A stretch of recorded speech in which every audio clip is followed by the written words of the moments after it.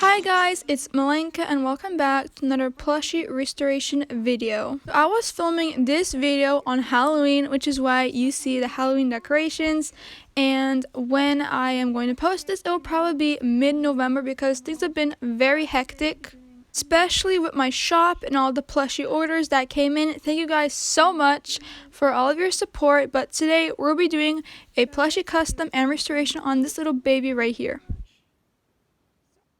Alright, so a little story about this little baby right here. I've had this little bunny for the longest time and I had no idea what to do with it. I had no idea how to customize it, what theme to do, because it was like this lavender purple color, and out of the blue one day I got an idea to make it a Lucky Charms cereal inspired bunny plushie.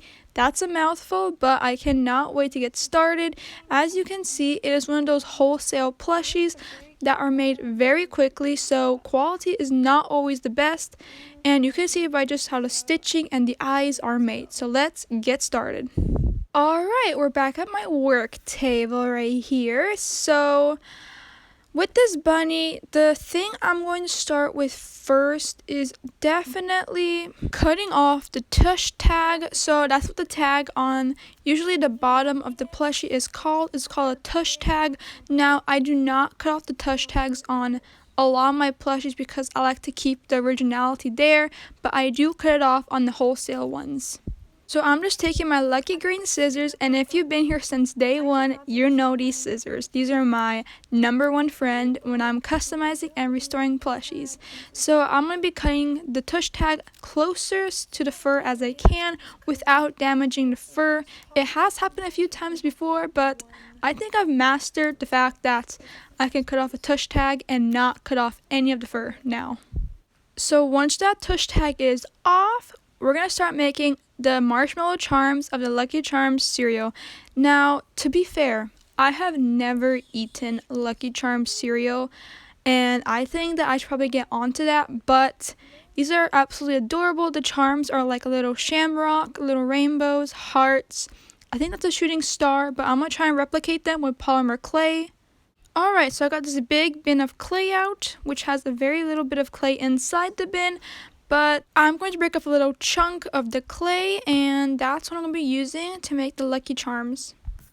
Okay, so right now I'm going to start conditioning the clay, getting it warmed up so I can start sculpting and creating the charms.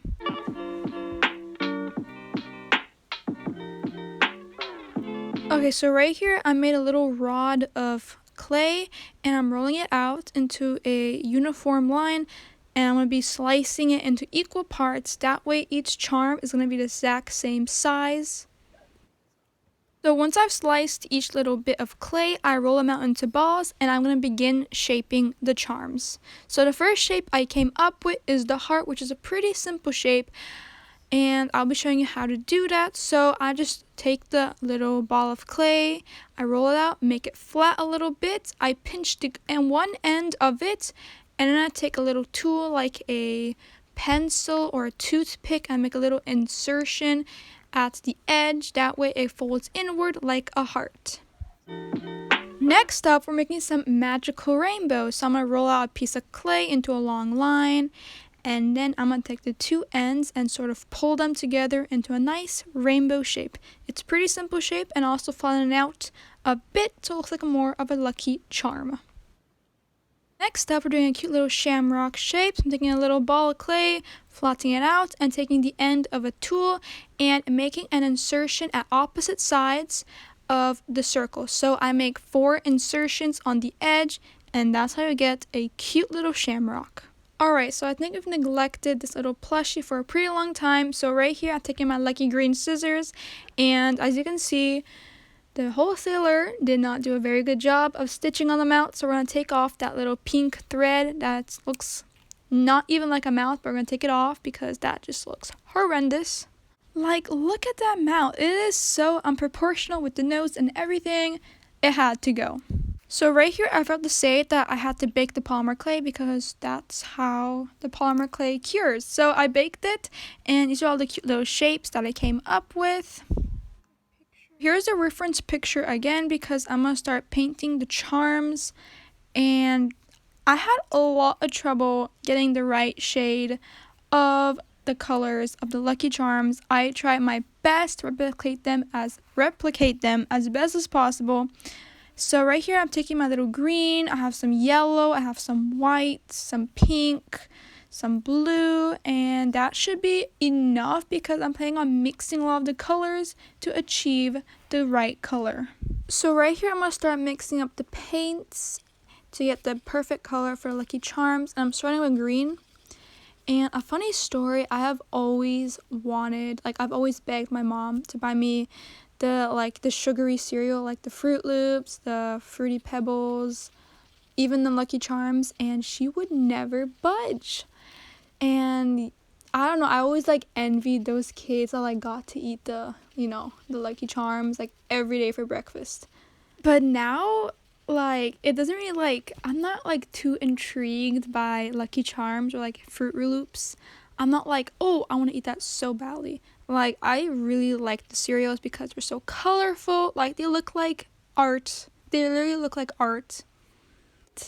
I will 100% choose Raisin Bran over any other cereal. Raisin Bran is the elite cereal. If any of you guys like Raisin Bran, please let me know in the comments because you are immediately my favorite person. Raisin Bran is so looked down upon. It is literally underrated. Alright, enough talk about Raisin Bran. So I already painted all the charms, and here are the Lucky Charms. I absolutely love the way they turned out, and I just love the color of them. Alright, so now back to the plushie. I'm going to be replacing its little bow tie because I feel like it just blends in with its fur. It does not look good. So I'm going to be choosing between these two white ribbons, and I'll be making a cute little bow tie. So I just have to go with the satin look, but before that I need to take off the original bow tie. So right here I'm going to be cutting off the little strings that are attaching the bow tie to the plushie, and luckily it came off pretty easily. So now I'm going to start actually making the bow tie. So as you can see, I am making a tri-fold of the ribbon, and I'll be hot gluing them and then sewing them together because hot gluing them just keeps the ribbon in place, but then sewing them actually scrunches the ribbon up in the center to look like a bow tie. And here is the finished bow tie. And then I will also be adding a marshmallow charm on top. So the marshmallow charm I chose was a shamrock one because I think it just goes really cute and it kind of ties in the whole theme of Lucky Charms. So now right here I am going to start gluing on each charm onto the top of its head. I'll be using a super strong super glue. This is my #1 super glue that I use, and it's the gel kind because the gel kind works the best. I do not like the liquid kind, but anyway, back to the charms. So the reason I chose to only put the charms on top of the head because my original idea was to put it all over her body, but I feel like that would be a bit too much, so I decided just put them on top of her head, and I absolutely loved the result.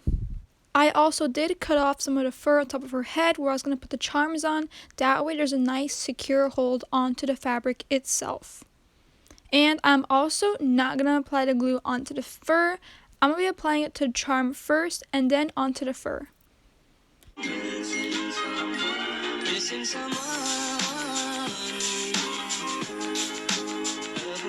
So now that the charms are on top of her head, I'm going to be fixing the stitching work on the plushie's mouth. So as you can see, the fur is tucked in between the stitches, so I'm going to try and pull that fur out because it should not be there.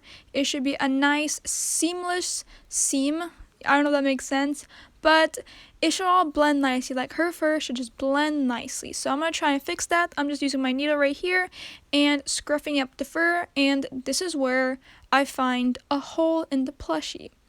Now, I'm pretty sure this hole was made by the wholesaler. Sometimes there's stitching mishaps, so I'll be repairing the hole. So I'm going to take my needle and thread, come in through the neck, which is where I always come in when I'm repairing the faces of the plushies, and I will be sewing up that hole. I'm going to try my best to make it as seamless as possible, and in the end, it looks pretty good. There is no longer a hole, and her fur looks just great. So now is my absolute favorite part. We get to pick which color rhinestones to use to embellish her little cheeks. So for this plushie, I decided to go with a pink and blue rhinestone. Now, I never did like multicolor rhinestones on any of my plushies. I usually only choose the same color, but recently one of my TikTok followers suggested I do that to my plushies, and it turned out amazing. So I decided to implement that on this plushie right here. And now I'll be gluing them onto her cheeks, first stripping off the fur so there's a nice secure hold. And here is the finished plushie. I absolutely love the way this plushie turned out. Let me know what you guys think. And this plushie will not be in my next shop restock because it's already sold, I think a week before I released this video. Thank you guys so much for watching. I am almost at 250 subscribers, so that means the world to me. And I will try and release more videos, especially for the holiday season, because I have a lot of plushies that are going to get Christmas customs. See you next time.